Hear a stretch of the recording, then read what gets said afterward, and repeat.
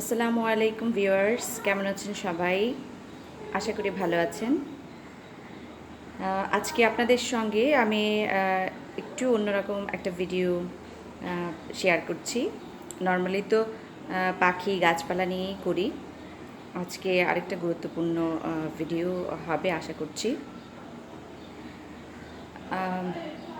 আমরা যারা শহরে থাকি বিশেষ করে তাদের জন্যে কাপড় ধোয়াটা একটা বিশেষ কষ্টের কাজগুলোর মধ্যে একটি আমি মনে করি। যাদের মেইড আছে তাদের খুব একটা সমস্যা হয় না যদি বাধা থাকে, কিন্তু অনেক সময় যারা ছোটা কাজ করে না আসলে তখনই ঝামেলা পোহাতে হয়। আর আমি নর্মালি কাপড়গুলো নিজেই ধোয়ার চেষ্টা করি। ছোটো কাপড়গুলো নিজেই ধুয়ে ফেলি, আর যেগুলো ভারী কাপড় বড় কাপড় সেগুলো হচ্ছে মেশিন দিয়ে ধুয়ে ফেলি। বিশেষ করে চাদর, জিন্স প্যান্ট, কাঁথা, মশারি এগুলো খুব সুন্দরভাবেই আসলে ধোয়া হয়ে যায়। খুব বেশি ময়লা না করে কিছুদিন পর পর ধুয়ে নিলে আর এতটা ব্যাগ পোহাতে হয় না। আজকে অবশ্য এত ভারী কোনো কাপড় নেই, ছোটোখাটো কাপড়, তবু আজকে মেশিনেই ধুয়ে ফেলবো। তো চলুন দেখাচ্ছি কিভাবে আমি কাজটা সমাধান করি। যারা ওয়াশিং মেশিনে কাপড় চোপড় ধোন তারা তো ব্যবহার জানেন, আর যাদের ওয়াশিং মেশিন নাই কিন্তু কিনতে চাচ্ছেন তাদের জন্য আশা করি এটা হেল্পফুল হবে। চলুন দেখাচ্ছি। এই হচ্ছে সুইচ, এটা অন করে নিতে হবে প্রথম।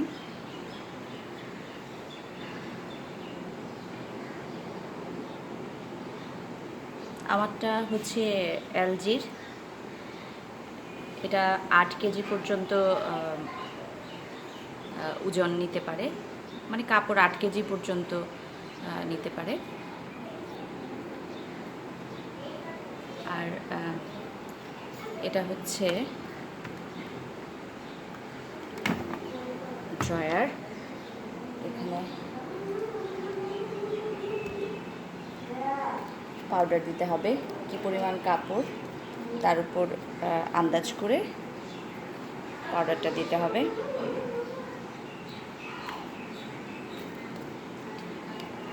আর কাপড় দেওয়ার সময় একটা বিষয় লক্ষ্য রাখতে হবে যেন রং চলে না যায়, ওই কাপড়গুলো আবার সাদা কাপড়ের সাথে না দেয়া হয়।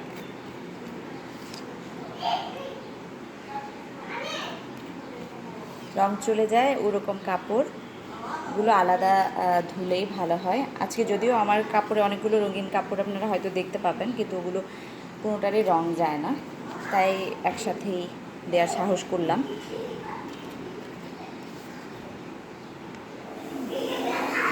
এতটুকুই হয়ে যাবে। তারপর ড্রায়ারটা লাগিয়ে দেব, দিয়ে ঢাকনাটা খুলে ফেললাম। কিছু কাপড় আগে থেকেই দেয়া, কাপড়গুলো এভাবে ঢুকিয়ে দিতে হবে। এখানে আমার হাজব্যান্ডের সব কাপড় সে আগেই ঢুকিয়ে দিয়ে গেছে, আমার এখানে রয়েছে আরও কিছু। তো 2 শিফটে আমাকে এগুলো করতে হবে আর কি, বোঝা যাচ্ছে। ও যে কাপড় ঢুকিয়ে গেছে সেটা আমাকে বলেও যায়নি। যাক, ওরটাই আগে ধুই, তারপরে আমারটা ধুবো।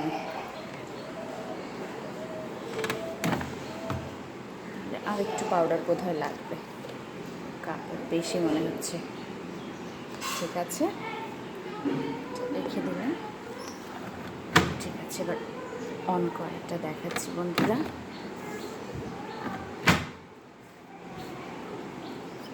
খুবই সহজ, যারা কিনতে চাচ্ছেন তারা কিনে নিতে পারেন। এখন টাইম সেট করব।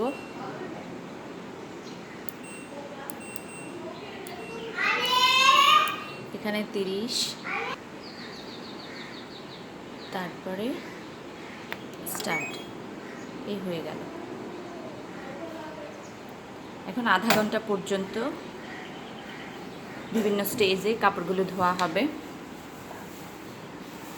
এই যে বন্ধুরা, স্টার্ট হয়ে গেছে।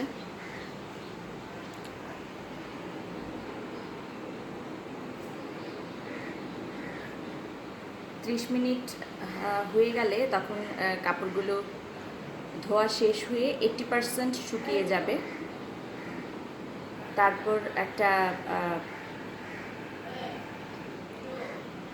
সংকেত দিবে, দিয়ে মেশিনটা অফ হয়ে যাবে।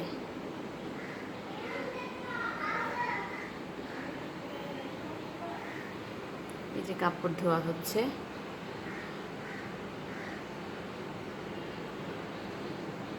কাপড় ধোয়াকালীন সময়ে যদি কারেন্ট চলে যায় বা আপনি টাইম সেট করার পর যদি আবার দরজাটা খোলার চেষ্টা করেন, তাহলে এটা কখনোই খুলবে না,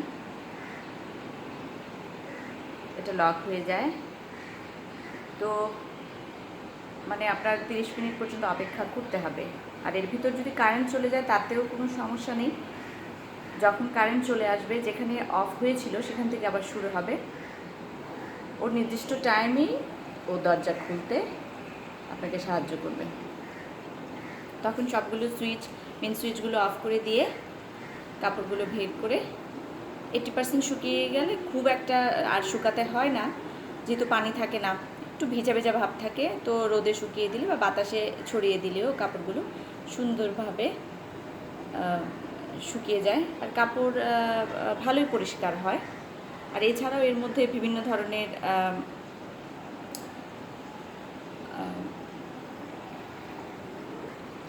নিয়মকানুন লেখা আছে, কিন্তু আমি এত নিয়মকানুনের মধ্যে যাই না, কারণ যে কাপড়গুলোতে খুব একটা ময়লা যে হয় তা না, কিন্তু যেহেতু রেগুলার ইউজেবল বা হালকা পাতলা একটু ধুলা ময়লা পড়ে, সেজন্যে ধুতে হয় আর কি।